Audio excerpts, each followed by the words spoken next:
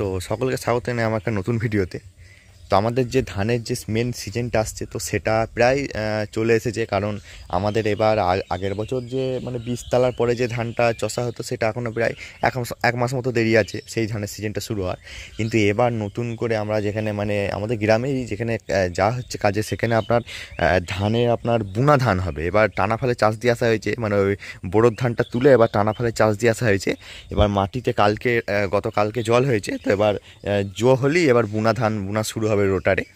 তো এটাকে এবার তারপরে মানে বুনা ধানটা শেষ হলে আমাদের বীজ ফেলা শুরু হবে আমাদের মানে মেন যেটা আষাঢ় মাসের ধানের জন্য। তো তার আগে গাড়িতে কিছু মানে প্রস্তুতি নিতে হয়। তো মেন সিজনের আগে কিছু প্রস্তুতি নিতে হয়, গাড়ি বলুন রোটারে বলুন তাছাড়া এক্সট্রা মালপত্র কিছু কিনতে হয়। তো সেইগুলো কি কি কিনতে হয়, কি কি প্রস্তুতি নিতে হয় আপনারা অনেক দিন ধরেই জানতে চেয়েছিলেন আমাকে। আপনারা আগের সিজনে জানতে চেয়েছিলেন যে দাদা মেন যে ধানের তোমরা সিজনটা করো, তো তার আগে কি কি প্রস্তুতি স্বরূপ কী কী প্রস্তুতি নাও, কি কি কেনো, কি কি পার্টস কিনে রাখো বা কেমন কি প্রস্তুতি নাও। তো সেগুলোই আমি সেবার বলতে পারিনি ভিডিওটায়, কারণ অনেক সেবার ব্যস্ততা ছিল। তো ফাইনালি আজকে আমি আপনাদের এখানে বলবো যে ধানের সিজনের আগে আমরা কি কি প্রস্তুতি নিই আর কি কি সারানো সুরুনি করতে হবে আমাকে, কি কি যে পার্টস পুরসা কিনলাম। তো চলুন শুরু করা যাক ভিডিওটা। তো প্রথমেই গাড়ি দিয়ে শুরু করা যাক। তো গাড়িতে প্রথমে সিজন একটা যে কোনো আমরা সিজন শুরু করার আগে চেক করে নিই যে গাড়ির মধ্যে কোন কোন মেজর প্রবলেম আছে আর কোনগুলো মাইনর প্রবলেম আছে, মানে কোন প্রবলেমগুলো সারাতেই হবে, নাহলে কিন্তু সিজনের মাঝখানে গিয়ে অসুবিধা করতে পারে। আর কোন প্রবলেমগুলো ছোটোখাটো প্রবলেম যেগুলো কোনো অসুবিধা করবে না, যদি করে তখন দেখা যাবে। তো এই দুটো আগে আমরা দেখে নিই গোটা গাড়িটাকে, গাড়ি বলুন ফাল রোটার ফলে আগে দেখে নিই আমরা যে এর মধ্যে কোনটাকে মানে খুব বড় প্রবলেম যে সারাতেই হবে, নাহলে মাঝখানে গিয়ে আপনার অসুবিধা করবে, আর কোনটা ছোটোখাটো প্রবলেম আছে যেটা যখন যা হবে দেখা যাবে এরকম। তো আগে এই দুটো ভাগে ভাগ করে নিই। তো গাড়িটা ইন্সপেকশান করার পরে এবার মেন সিজনের আগে গাড়িতে সেরকম কিছু নেই। আর এবার সার্ভিসটা 6 নম্বর সার্ভিসটা আমার করা হয়ে গেছে, ওটা আমি ভিডিও খুব তাড়াতাড়ি দিয়ে দেবো। তো আমরা ভালো করে ইন্সপেকশান করেছি। তো গাড়ির মধ্যে ইঞ্জিন সাইডে আপনার কোনো প্রবলেম নেই, মোটামুটি সব ওকে। আর এখানে ছোটোখাটো প্রবলেম বলতে ওই যে পিটিও শাফ্টটা আছে, ওই পিটিও শাফ্টের ওইখান দিয়ে দেখিয়ে দিই আপনাদের। এই দেখুন এই পিটিও শাফ্ট যেটা আছে, এই পিটিও শাফ্টের এইখানটা দিয়ে সামান্য একটু হালকা হালকা মানে তেলের সেই যেমন আভা বেরোলে, কেমন গ্যাস পাড়া বেরোলে যেমন একটু হালকা হালকা মাটি জমে যায় সেরকম বেরোচ্ছে। তো এটা হচ্ছে আপনার ছোটোখাটো প্রবলেম। যদি ইনকেস দেখা যায় সিজনের সময় চলতে চলতে এটা কিছু হয়ে গেল, তেল বেরোচ্ছে বা পিটিও শাফ্টটা বেন্ড হলে অনেক সময় হয়। তো আমি মিস্ত্রি দিয়ে চেক করেছিলাম, বলেছে পিটিও শাফ্ট বেন্ড হয়নি, সামান্য কিছু গ্যাস বেরোনোর মতো হচ্ছে। তো ওটা যদি মানে কোনো প্রবলেম হয় তো তখন দেখা যাবে। আর সেরকম এইদিকে প্রবলেম বলতে 4x4 যে লিভারটা ছিল, ওই লিভারটা আপনার নাট খুলে গিয়েছিলো, গোস ছিল। তো ওই লিভারটাকে আমরা বাড়িতেই ঠিক করে ফেলেছি, এখন একদম ওকে হয়ে গেছে। তাহলে এই সাইডে আর কোনো মানে গাড়ির সাইডে কোনো আর এইদিকে প্রবলেম রইল না। আর প্রবলেম যেটা একটা রয়েছে হালকা পাতলা, সেটা হচ্ছে এই বাটিগুলো। এই দেখুন এই বাটিগুলো ক্ষয়ে গেছে। তো এইগুলো আমাদের এখানে একটা লেদ আছে, আমাদের লোকাল যেখানে শোরুম থেকে নিয়েছিলাম ওর আশেপাশে একটা লেদ আছে।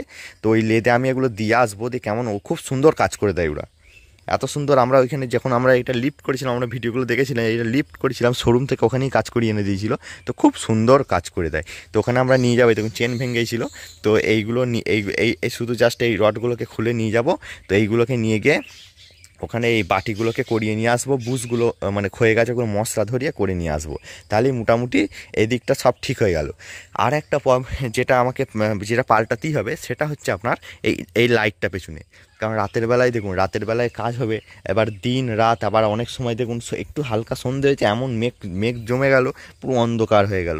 আবার রাতেও অনেক সময় সারা রাতও কাজ হয়। ধানের সিজনে যদিও সারা রাত কেউই করে না, তবুও মানে চাপ থাকলে প্রায় রাত 10টা 11টা পর্যন্ত তো হয়েই যায়। তো সেক্ষেত্রে এই আলো না থাকলে কিন্তু আপনার প্রচণ্ড অসুবিধা হবে। তো এই আলোটা কী যে প্রবলেম হলো বুঝতে পারলাম না, এমনি ভালোই ছিল। তো আলোটাকে চেঞ্জ করে দেবো, নতুন একটা আলো লাগাবো, এই পাতিগুলো ধরাবো। আর একটা সমস্যা বলতে আর একটা ছোটোখাটো আপনার সমস্যার মতো আছে, সেটা হচ্ছে আপনার ওই যেখানে পাওয়ার স্টিয়ারিংটা আছে না, ওইখানে আপনার একটা এরকম দেখবেন একটা ডান্ডা আছে যেটাকে পাওয়ার স্টিয়ারিংটা ঠেলে। তো ওইখানে তলার যে একটা রাবার সিল থাকে ওইটা ফেটে গেছে। তো ওইটাকে শোরুম থেকে তো বলেছে ওটাকে মানে গ্রিস লাগিয়ে চালাতে, তো ওটা আমি কিছু করবো না, যেমন আছে থাক, অসুবিধা নেই। আর এইখানে হালকা হালকা তেল বেরোচ্ছে, দেখুন এইগুলো থেকে হালকা হালকা এইটা থেকে হালকা হালকা তেল বেরোচ্ছে, এইটা থেকে ওই নিচের নাটটা থেকে এইগুলো। তো এটাও সামান্য একটা অসুবিধা। তো সেরকম কিছু অসুবিধা নেই, যদি কিছু দেখা যায় সমস্যা তো সিজনের সময় দেখা যাবে।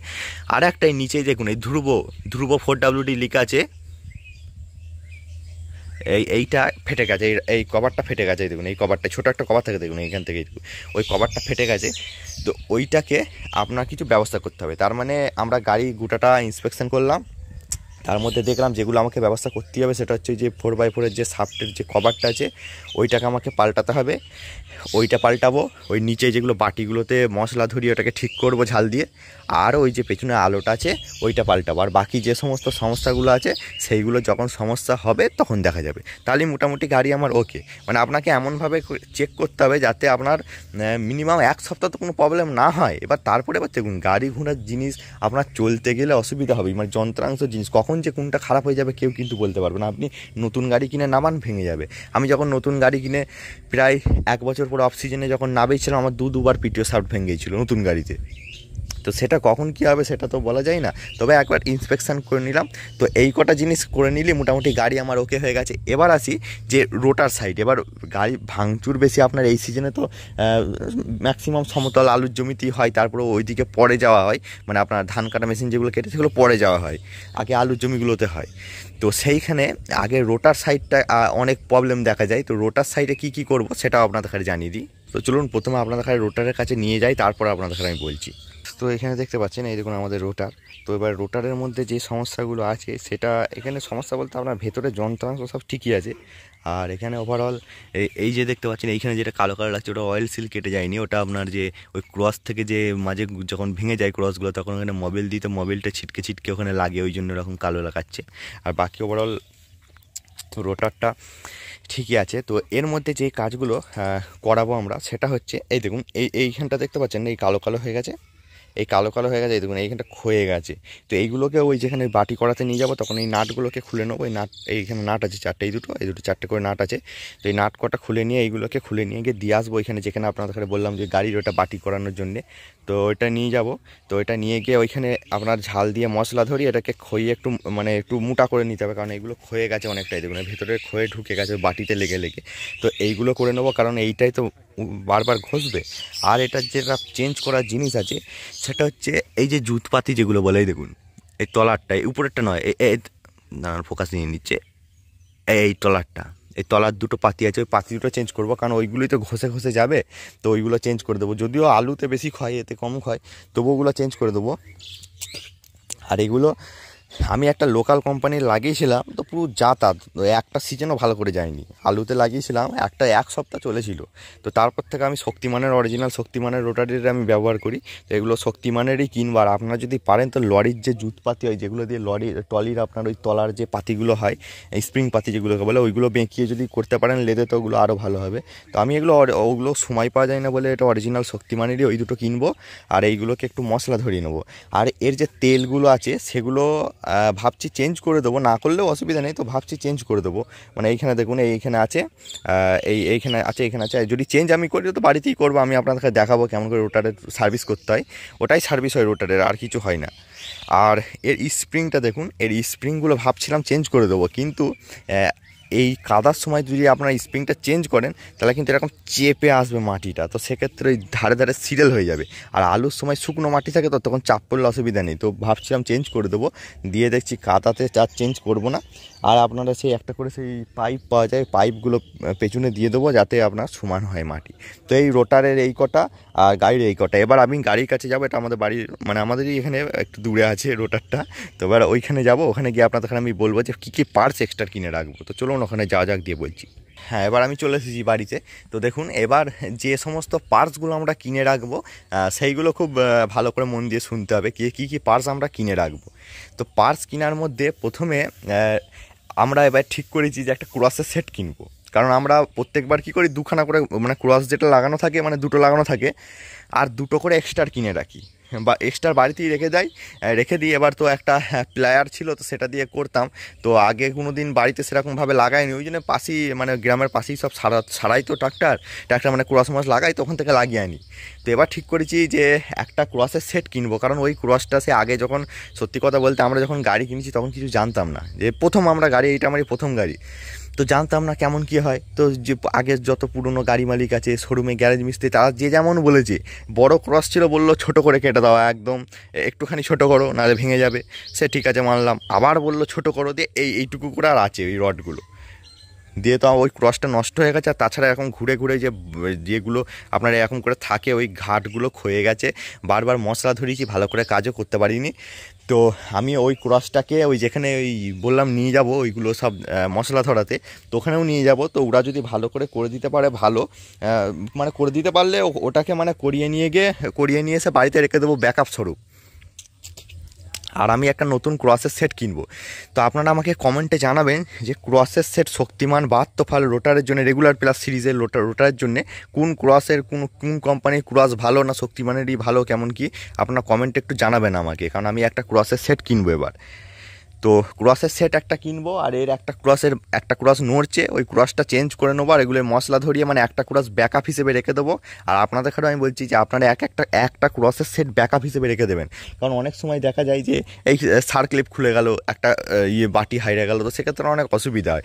দুটো ক্রসের সেট থাকলে একটা ভেঙে গেল, একটা দিয়ে গাড়িটা আপনার চললো, আপনি নিয়ে এলেন আবার একটা সারিয়ে। কারণ সবাই আমাদের যেমন সব কাছাকাছি সব দোকানপত্র আছে, আপনার 10 মিনিটের ব্যাপার, কিন্তু সবাইকার তো সেরকম কাছাকাছি দোকানপত্র পাওয়া যায় না, তো অসুবিধা হয়। তো 2 সেট আপনারা ক্রস রেখে দেবেন। তো আর 2 সেট যদি নাও থাকে, 2খানা ক্রস আপনারা কিনে রেখে দেবেন বাড়িতে, মানে ওই প্যাকেটের ক্রসগুলো আর কি, দিয়ে আর বাড়িতে প্লায়ার নিয়ে লাগিয়ে ফেলবেন, অসুবিধা নেই। তো আমি একটা নতুন ক্রসের সেট কিনবো, আর ওইটাকে সারিয়ে রেখে দেবো। আর যেটা আমি করব সেটা হচ্ছে, আর আপনার যে যাদের ওই তেলের ডিব্বা নেই রাখার, আর যাদের বাড়ির পাশে পেট্রোল পাম্প, তো সকালে দুপুরে ভরে নিচ্ছেন ঠিক আছে, কিন্তু যাদের নেই পেট্রোল পাম্প বাড়ির কাছে, তো আমাদের দুখানা, সেগুলো কেমন করে তেল আনি না আনি সেগুলো দেখাবো সব ভিডিওতে। তো তবুও বলে দিই যে আমাদের মানে ডিব্বা আছে 200 লিটারের 2খানা ডিব্বা আছে, আর বাকি আপনার 50 লিটার 20 লিটার করে এক গাদা আছে। তো ওইগুলো ফুল প্যাক ভর্তি করে নিই, আর একটা ওই মেশিন দিয়ে মানে ঘুরিয়ে বার করার জন্য, যদিও অতটা ভালো করে কাজ করে না, এরকম মুখ দিয়ে টানলেই বেরোয়। তো ওইগুলো আমরা কিনি ওই ডিব্বাগুলো।